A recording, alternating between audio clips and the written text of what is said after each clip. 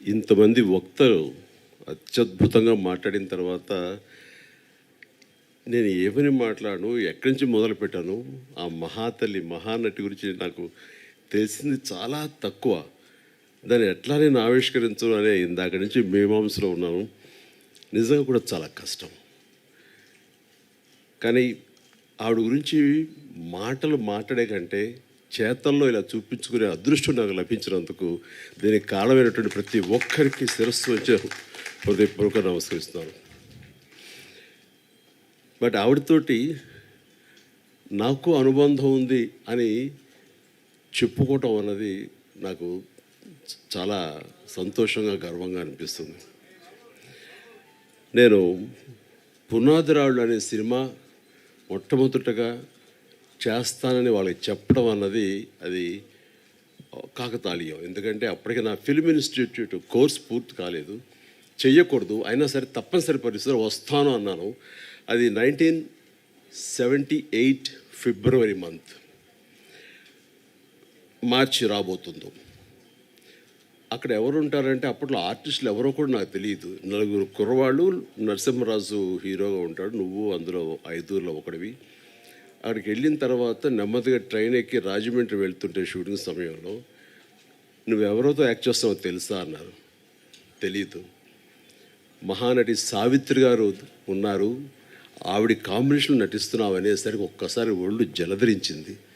వాళ్ళు నాకు ఎందుకు చెప్పలేదో ఏమో నాకు తెలియదు, కానీ ఇది నిజం అన్నట్లుగా అవాక్య వింటే ఎస్. ఆవిడ రాజమండ్రి పంచవటి హోటల్ ఉండేది అప్పట్లో. ఆ పంచవటి హోటల్లో రూమ్లో సేద తీరుతున్నారు. రండి పరిచయం చేస్తామని నన్ను తీసుకువెళ్ళారు. ఆవిడని చూడగానే అసలు అవాక్కైపోయాను, నోట మాట రావట్లేదు. ఈవిడైనా ఎన్నాళ్ళు తెరవేది. నేను మా నాన్నగారు అభిమానించేవాళ్ళం. ఆవిడ్ని ఎంతగానో అలా చూసేవాడిని. ఏమీ మాట్లాడలేదు. నీ పేరేంటి బాబు అని అంటే అది అన్నాను. ఎందుకంటే ప్రసాద్ నుంచి చిరంజీవిగా మారిన 1వ రోజో 2వ రోజు అది రాజమండ్రికి బయలుదేరడానికి దారిలో అనుకున్నాను ఆ పేరు ఇక మీద చెప్పాలని. చిరంజీవి అన్నాను. శుభం అని అన్నారు. రేపో ఎప్పుడు మనంతా కలిసి నటిస్తామని చెప్పారు. అయిన తర్వాత అక్కడ రాజమండ్రి షూటింగుల్లో వర్షం వచ్చింది. ఫిబ్రవరి మార్చిల్లో వర్షం ఏంటని మీరు అనుకోవచ్చు, అవి మ్యాంగో షవర్స్ అంటారు. మొన్న కూడా వచ్చింది అట్లా. అలాంటి అకాల వర్షం వచ్చింది. ఒక గచ్చుతోటి ఉన్న ఒక హౌసు పంచలో పైన టాప్ రూఫ్ ఉంది, కానీ జల్లు పడుతూ ఉందన్నమాట. అందులో నటించినటువంటి యాక్టర్లు అందరూ రోజారమణి, కవిత, సావిత్రమ్మ గారు, గోకెన్ రామారావు, కొంతమంది ఆర్టిస్టులు వీళ్ళందరూ ఉన్నారు, నరసింహరాజు వీళ్ళందరూ ఉండిన తర్వాత చాలాసేపు వర్షం వస్తూనే ఉంది, ఎవరికి తోయట్లేదు. మీకు తెలుసా ఈ అబ్బాయి చిరంజీవి అని అబ్బాయి డ్యాన్స్ చాలా బాగా వేస్తాడు, సరదాగా చిరంజీవి డ్యాన్స్ ఏమయ్యా అన్నాడు. నేను అడగటం ఆలస్యం, అలాంటి ముందు రెడీ అయిపోతాను. నా దగ్గర టేప్ రికార్డ్ ఉంటుంది. అప్పట్లో బోనియమ్మనో లేకపోతే ఇలాంటి కొన్ని అబ్బా ఇలాంటి కొన్ని ఇవి ఉన్నాయి, ఇంగ్లీష్ నెంబర్స్. అది వేసుకుని డ్యాన్స్ చేస్తాను. నాకేంటంటే సావిత్రి గారు చూస్తున్నారు, ఇంకా పెద్ద ఉత్సాహం నాకు. అలా చేస్తుండగా ఆ జల్లుకి నా కాలు జారి గబుక్కుని కింద స్లిప్ పడిపోయాను. పడినవాడిని ఆగకుండా అక్కడ నాగుపాము డ్యాన్స్ లాగా చేస్తూ ఏదో అలా చేసేసరికి వాళ్ళందరూ క్లాప్స్ కొట్టారు. ఆవిడ కూడా చాలా సంతోషించి నాకు చాలా బాగా నచ్చావయ్యా అంటూ దగ్గర తీసుకుని ఆవిడ నా భవిష్యత్తులో మంచి యాక్టర్ అవుతావు అని అన్న మాట అంతా ఇంత కాదు. అంతటి మహానటి నోటు వెంబట చాలా మంచి యాక్టర్ అవుతావు, ఎందుకంటే నీలో స్పోర్టినెస్ చూశాను, ఆ తర్వాత కింద పడ్డ తిరిగి డ్యాన్స్ వేయటం అనేది ఆ నేచరు చూశాను. ఇవన్నీ చూస్తుంటే కనుక నీకు మంచి భవిష్యత్తు ఉంటుంది అని ఆ మహాతల్లి చేత అనిపించుకోవటం అనేది నాకు అంతా ఇంత కాదు, 1000 ఏనుగుల బలంగా అనిపించింది. ఆ తర్వాత మళ్ళీ ఆవిడతోటి మరొక సినిమా చేసే అవకాశం కలిగింది. అది చాలా రోజుల తర్వాత, అంటే 80లో అనుకుంటా, అది 1980లో. అది ప్రేమ తరంగాలు అని చెప్పేసి, అందులో నేను, కృష్ణరాజు గారు, సుజాత గారు, జయసుధ గారు మేమంతా ఉన్నాము. ఆవిడ నా తల్లి పాత్ర. ఆ తల్లితోటి మళ్ళీ ఆవిడ బిడ్డగా యాక్ట్ చేసి నటించే అవకాశం నాకు కలిగింది. ఇట్లాగా ఆ తర్వాత మళ్ళీ నేను ఆవిడ చూసే అవకాశం కానీ ఆవిడతోటి నటించే అవకాశం కలగలేదు. ఆ తర్వాత మరి కాలం చెందారు. కానీ ఆవిడ సినిమాలు ఎప్పుడు చూస్తుంటాను, పాత పాటలు ఎప్పుడు ఇంట్లో పెట్టుకుంటుంటాను. ఏదైనా పాత పాట చూడాలంటే కనుక నాకు సావిత్రమ్మ గారు యాక్ట్ చేసినవి, ఆవిడ పాడినవి ఆ పాటలే చూస్తుంటాను. ఎంత సునిశ్చితమైనటువంటి ఎక్స్ప్రెషన్స్, ఎంత హావభావాలు, కేవలం కళ్ళతో మాత్రమే ఆవిడ చూపించేటువంటి గొప్ప నటి. ఇందాక మన గత వక్తలు అన్నట్లుగా ప్రపంచంలో మరి ఏ నటి లేరండి. ఆవిడే కళ్ళతోటి యాక్ట్ చేసేవాళ్ళు, కళ్ళతోనే ఆకట్టిన వాళ్ళు, కళ్ళతోటి హావభావాలు పలికించేటువంటి గొప్ప నటీమణి. మా నాన్నగారికి చాలా ఇష్టమైన నటీమణి సావిత్రి గారు. సో బహుశా నాకు నాన్నగారి నుంచే వచ్చిందేమో.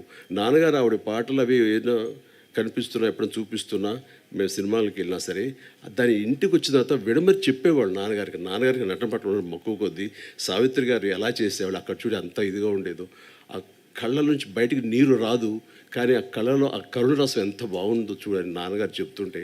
ఆ రకంగా నాన్నగారి నుంచి నాకు ఆవిడ మీద అభిమానం కానీ, వారి నటనను అలా చూడటం కానీ, దాన్ని ఆకలింపు చేసుకోవటం కానీ, ఆ రకంగా ఆవిడ మీద అభిమానం పెరగడానికి బహుశా అదే కారణం.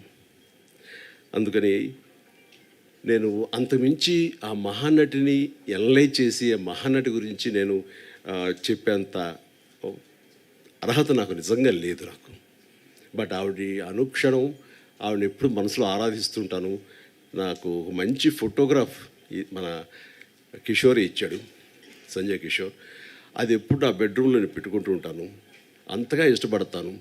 ఒకసారి అదే ఇంత చెప్తున్నారు చాముండేశ్వరి గారు, ఇంటికి వచ్చినప్పుడు నేను ఆవిడని ఎప్పుడు ఎంతగా ఆరాధిస్తానో, మీరు సడన్గా వచ్చారు నాకు నిజంగా తెలియదు, కానీ మీరు నమ్ముతారు నమ్మరు అంటూ ఆ బెడ్రూమ్లోకి వెళ్ళి ఆ ఫోటోగ్రాఫ్స్ ఆవిడ చూపించినప్పుడు ఆవిడ ఎంత స్పందించారు, ఎంత ఇదయ్యారంటే అంత ఇంత కాదు. బహుశా అంతగా ప్రేమించే ఒక యాక్టర్ చిరంజీవి లాంటి మనిషి చేత ఇది చేయించాలని ఆవిడకి ఎందుకు అనుకుంటున్నారో ఏమిటో నాకు నిజంగా తెలియదు. కానీ మన బ్రహ్మానందం గారు వాళ్ళు అన్నట్లుగా ఆ మహాతల్లి పైనుంచి నా గురించి ఈ పుస్తక ఆవిష్కరణ కానీ నా గురించి మరింత యంగర్ జనరేషన్స్కి తెలిసే విధంగా ఆ అవకాశం మళ్ళీ చిరంజీవి ద్వారానే బయట ప్రపంచానికి మళ్ళీ అందరికీ తెలిసేలాగా నేను ఎప్పుడూ చిరంజీవిగానే ఉంటాను. ఆయన మాటలు చాలా బాగా చెప్పారు. నేను చనిపోలేదు, నేను బ్రతికే ఉన్నాను అన్నది చెప్పుకునే ఇది నా ద్వారా లభించినందుకు, నేను దానికి ఒక వారధిగా ఉన్నందుకు నేను చాలా నా జన్మ సార్థకమైందని భావిస్తున్నాను. అలాంటి అవకాశం నాకు ఇచ్చినటువంటి విజయ చాముండేశ్వరి గారికి, గోవిందరావు గారికి నా హృదయపూర్వక ధన్యవాదాలు తెలియజేస్తున్నాను. వారి ఇంటికి వచ్చినప్పుడు చాలా చిన్నగా చేసేద్దామండి, ఎందుకంటే అమ్మకి ప్రకృతి చాలా ఇష్టం. మీ ఇంట్లో ఎటు చూసి సరే పూల మొక్కలతో చాలా అందంగా ఉంది, ఇలాంటి చోట చేస్తే బాగుంటుంది, మీలాంటి మనసున్న మనుషులు చేస్తే సరిపోతుంది అనుకున్నప్పుడు అంతటి గొప్ప నటీమణిని, అంతటి వ్యక్తిని ఒక చిన్న చోట చిన్నగా చేయటానికి నాకు అసలు మనస్కరించలేదు. అందరికీ కొంచెం టైం తీసుకున్నా సరే ఇంతమందికి ఆవిడ గురించి చెప్పేలాగా అలాంటి ఆయా వక్తలు నేను ఇన్వైట్ చేసి వారి ద్వారా ఆవిడ గొప్ప ఔన్నత్యాన్ని తెలిసేలాగా నా వంతు ప్రయత్నం చేశాను. అందుకని ఇందులో నేను ఆవిడ గురించి ఏమని చెప్పగలను నేను చెప్పలేను. బట్ ఆవిడ గురించి ప్రేమ నాకు ఒక తల్లి లాంటి ఆవిడ మీద నా ప్రేమ మనసులోనే పదిలంగా దాచుకుంటూ, ఆ మహాతల్లి నాకు తన కూతురైన చాముండేశ్వరి, నా సోదరైన చాముండేశ్వరి ద్వారా నాకు ఈ అవకాశం ఇచ్చిందని భావిస్తూ, ఇది నా జీవితానికి దక్కినటువంటి గొప్ప అమూల్యమైన అవకాశంగా నేను భావిస్తున్నాను. అందుకనే ఒక్కోసారి మాటలు కొరవడిపోతాయి. ఈసారి నిజంగానే నేను మాట్లాడేటప్పుడు మాటలు వెతుక్కుంటున్నాను, దానికి కాలం లోపల తన్నుకొస్తున్నటువంటి ఉద్వేగం. అలాంటి భావోద్వేగాల మధ్య ఉన్న నాకు ఆ మహాతల్లికి మీ అందరి సమక్షంలో నేను మనస్ఫూర్తిగా నా నివాళులు అర్పించుకుంటూ, ఆ మహాతల్లికి ఇంతకంటే ఇంకేమి చేయగలం అంటూ నేను తెలియజేస్తూ, ఇంత ఓపికగా మీరందరూ ఉన్నారు, ఇంత చక్కగా మీరందరూ వీక్షించారు, అందరికీ నా హృదయపూర్వక ధన్యవాదాలు తెలియజేస్తూ, నాకు ఈ అవకాశం ఇచ్చినందుకు ప్రతి ఒక్కరికి నా హృదయపూర్వక ధన్యవాదాలు. అలాగే పేరున ఇక్కడ ఇచ్చేసినటువంటి వీళ్ళందరూ కూడా ఒక ఫోన్ కాల్ చేసి రండి అనగానే పెద్ద ఎత్తున వచ్చారు, ఎక్కువ సమయం వెచ్చించారు, చాలా అద్భుతంగా మాట్లాడారు. వీరందరికీ నా హృదయపూర్వక ధన్యవాదాలు తెలియజేసుకుంటున్నాను. Good night. ధన్యవాదాలండి. వేదిక మీద ఉన్న వారందరినీ దయచేసి కూర్చోవలసిందిగా ఒక్క నిమిషం ప్రార్థన. అండ్ అలాగే మెగాస్టార్ చిరంజీవి గారు మీ పర్మిషన్తో ఇవాళ